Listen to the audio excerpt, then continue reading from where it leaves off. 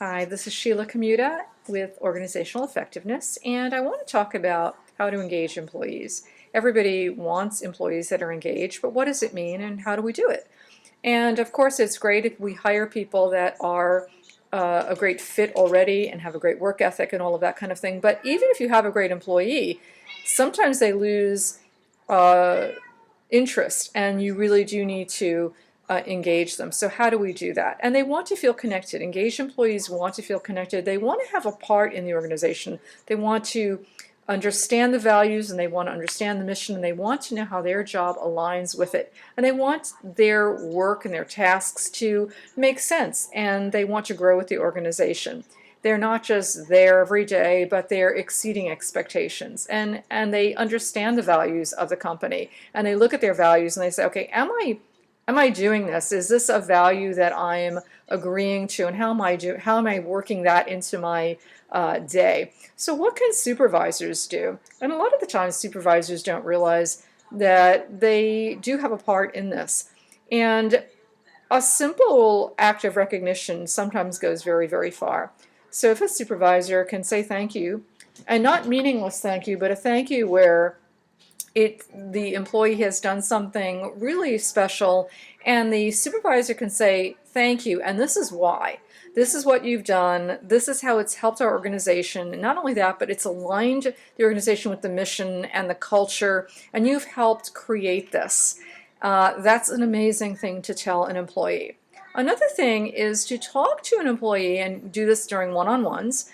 Don't wait to do this, about their goals, their future goals. A lot of times supervisors don't want to do this because they don't want to lose the employee. They don't want the employee to think about moving to a different department. But people have to grow. And if you're using their best talents and their strengths, they're going to serve the company. And that's what it's really all about. So talk about their future goals and ask them, how can I help you get there? Another thing to do is to ask them, what makes you engaged? What engages you here? What sort of things help you be engaged in this company?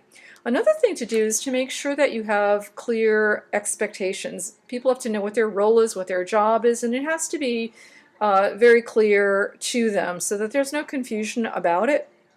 We also want to use a person's strengths.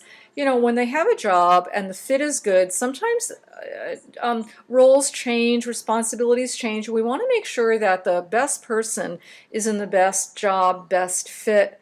And sometimes you need to maneuver that, or you need to change departments, or change the role, or expand the role. It does not always mean making a person a manager.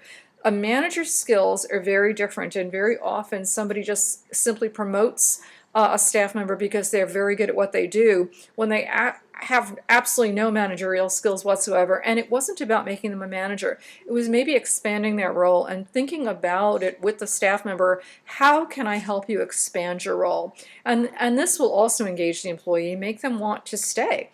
Another thing is to tell the employee that you have total confidence in them. If they make a mistake, it's okay. I mean, you're supposed to make mistakes because that's how you grow. And if you never make mistakes, and you probably don't handle feedback well, so mistakes are great. Mistakes equal success. So again, the best thing to do to engage an employee is to have your one-on-ones, talk to the employee, tell them thank you when they've done something important, explain why it's important, and that will go very, very far. That's probably the biggest thing you can do, and then talk about their career goals. Okay, thank you for joining me, and I will see you next time.